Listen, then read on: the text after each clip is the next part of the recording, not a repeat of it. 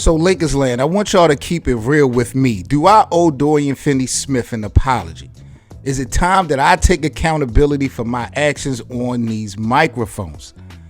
Because as I wake up this morning, man, I see that the Lakers have moved up to the third spot in the Western Conference. And I find myself a little bit troubled for the simple fact, y'all, I feel like I done failed my Lakers to a point. Play-in tournament each of the last 2 years is off the pick. Long strides, hands off to points. Crossover drive, left-handed, can't give it up on the inbound. Simons pushes it ahead to Kamara, back to Ambrose. Could get real interesting, and certainly but also Kuminga not in.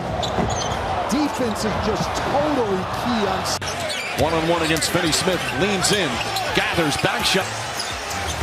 Iguodala. Powell with a rebound right away, and Exum flashes to the back. As Haney's in transition on the cross match, on the blow by. Dribbling to that dead man's corner, but James Harden's ability to be able to see. Oh, Jones elevates. That's what you want out of your team. And Edwards, fifth possession, they trailed by as many as 18. I'd be able to dive. Crossing over, spinning, under. First off, I want to say congratulations to Dorian Finney-Smith for being a finalist in the 2024-25 Sportsmanship of the Year category. But most of y'all know I was never sold on this trade from the beginning. Not so much because I didn't like Dorian Finney-Smith, not so much because I was in love with D'Lo as a guard.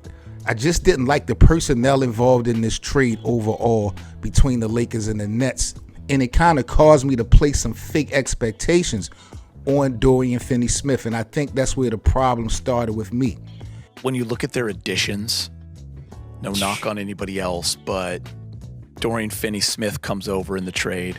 He's a physical player, not afraid to scrap, mix it up. Vando gets healthy, very physical player. That's his whole game, is how he gets into you. Goodwin, the addition of him, he's a physical type of player as well. You know, even like a guy like Jemison who hasn't played much, but, those kind of guys on the Lakers. It's a physical team now. Just knowing Jemison's at the end of the bench. Gabe's also a big part of it now, like wasn't last year, right? Because he was hurt. Yep. Gabe's not afraid. Jemison's kind of like the bouncer. Just seeing him at the end of the bench. He's if you're going to come in, you got to go through him. Exactly. He's at the door.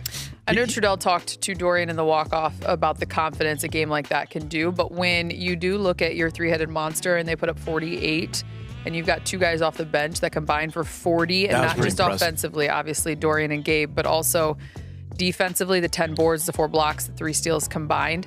As someone who watches them every single day, right, does it give you a level of confidence? Or because throughout the playoffs, you're going to need a variety of different ways to win throughout a series.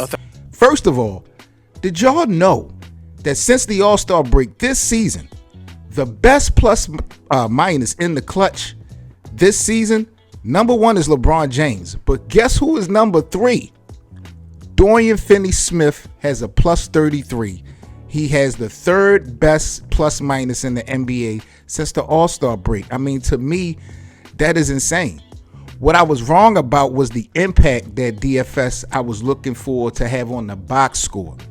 The type of impact by losing D'Angelo Russell. I felt like Dorian Finney-Smith, the expectation for me was for him to immediately walk in being the third best player and put up big numbers that was going to pretty much camouflage the things that D'Angelo Russell was able to do on a good night. What I haven't appreciated is what Dorian Finney-Smith is really bringing to the table. I mean, from the toughness, the versatility, he's really setting the tone for the smaller units. I'm hearing a lot of rumbles about how much confidence his teammates have in him offensively. JJ Redick, him wanting to shoot more three-pointers.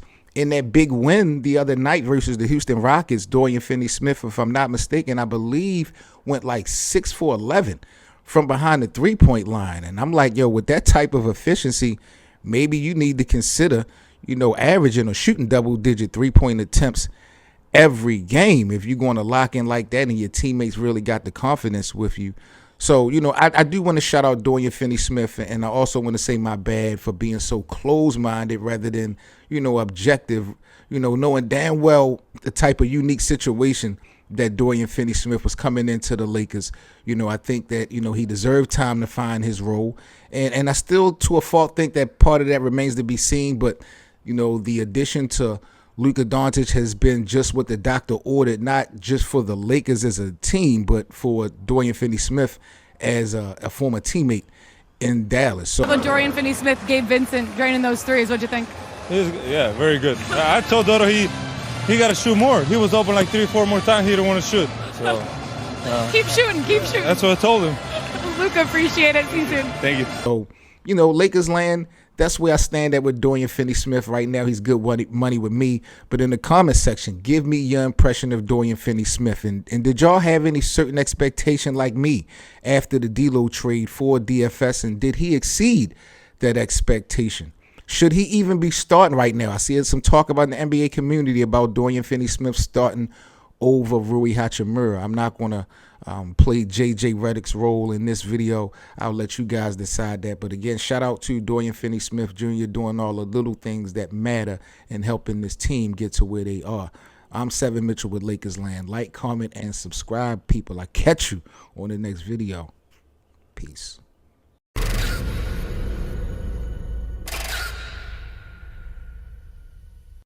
What's up, guys, and thanks for watching. If you enjoyed today's video, please hit that like button for us so we can get this content in the algorithm. And also, please be sure to subscribe to the Lakers Land YouTube channel if you're new. And you can also purchase a channel membership for exclusive Lakers Land content.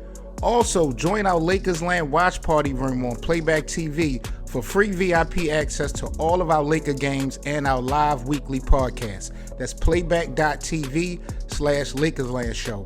We also have merchandise available in our YouTube channel store, so grab some Lakers Likes merch today. Peace.